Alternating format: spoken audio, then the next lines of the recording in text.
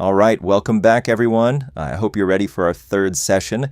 If you recall, we left off having established how the model computes relevance. We use dot products to create this grid of raw attention scores. And that grid tells us, in a very rough sense, how much each word should be focusing on every other word in a sentence.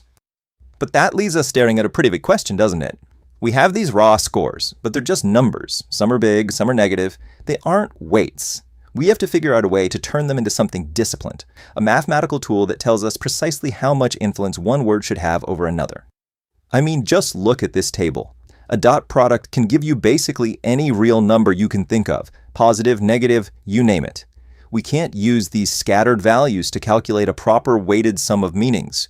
We need something much more rigorous. So here's our goal. We need a mathematical function, a sort of conversion machine that can take this messy collection of scores and turn it into a proper set of weights. And these weights have to behave just like probabilities. You know the rules. Each one has to be between 0 and 1, and all of them together have to add up perfectly to 1. And luckily for us, mathematics has this beautiful, elegant solution ready to go. It's a function called Softmax. And believe me, it is absolutely essential to how these models work. So let's take a closer look at exactly what it does. Now, what's so cool about this is the transformation you see here. Softmax takes our raw scores, let's say 2.7, 0.5, and negative 1.0. It exponentiates each one, and then it normalizes them by dividing each result by their total sum. And what comes out? A perfect probability distribution. The highest score, 2.7, now commands most of the weight at 0.89, while the others get smaller pieces of the pie. And of course, they all add up to 1. This is just brilliant for two reasons. First, it amplifies the most relevant connections. It's like a soft way of picking the biggest number. But second, and this is key, its mathematical properties are smooth and continuous, which makes it an absolute dream for the training process, especially when we have to calculate all those gradients. So, there we have it. We've got our weights. Problem solved, right? Well, not quite. As we see so often in this field, solving one problem just reveals another, even more subtle one. And this next puzzle has to do with the very nature of how these models are trained. So think about it. The whole goal of the model is to predict the next word.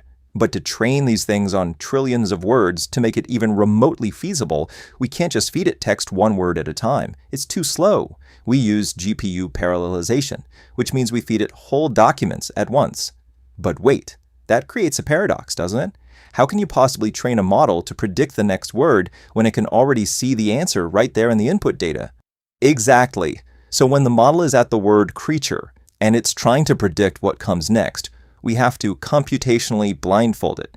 It cannot be allowed to peek ahead and see the answer, which is roamed. So this attention mechanism, which we designed to let all words talk to each other, now needs a very strict new rule to stop it from looking into the future. And that rule has a perfect name, causal masking. It's perfect because that's exactly what we're doing. We are mathematically enforcing causality. The future cannot influence the past or the present. And the way this is implemented is frankly exceptionally clever. You can't just set those future attention scores to 0. Why?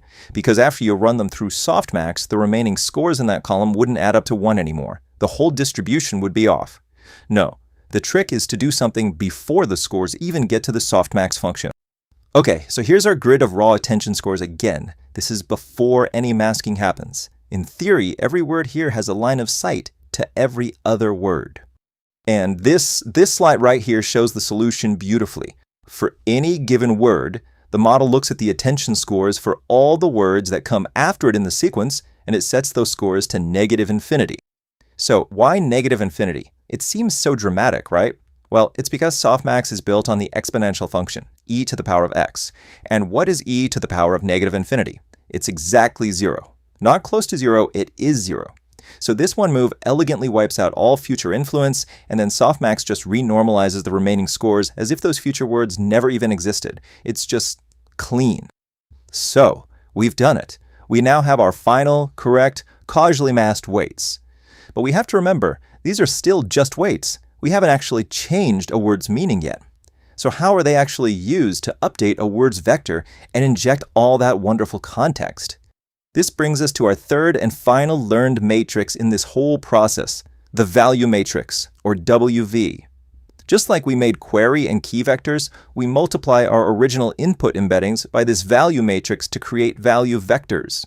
You can think of these as little packets of meaning, the semantic substance that we're actually going to add from one word to another. And this is how it all comes together. For any given word, the model takes its column of attention weights. Then it multiplies each of those weights by the corresponding value vector from the other words. Finally, it sums up all of these weighted value vectors to produce a single, brand new vector. We'll call it the change vector, or delta E. Let's go back to our creature token. The attention weights for Fluffy and Blue are high. That means their value vectors are going to contribute a lot to this final sum. The weights for all the other words are basically 0, so their value vectors get ignored. The result is an update vector that is a beautiful blend of the meaning of Fluffy and Blue. And this right here, this is the payoff. We take that final change vector and we simply add it to the original embedding for creature. The vector is no longer just pointing at the generic idea of a creature in that high-dimensional space. No, it has been nudged, it has been moved to a new location that now mathematically represents the very specific meaning of a fluffy blue creature.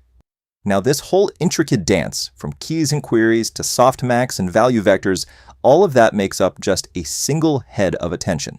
It lets the model learn one kind of relationship. But language is so much more complex than that.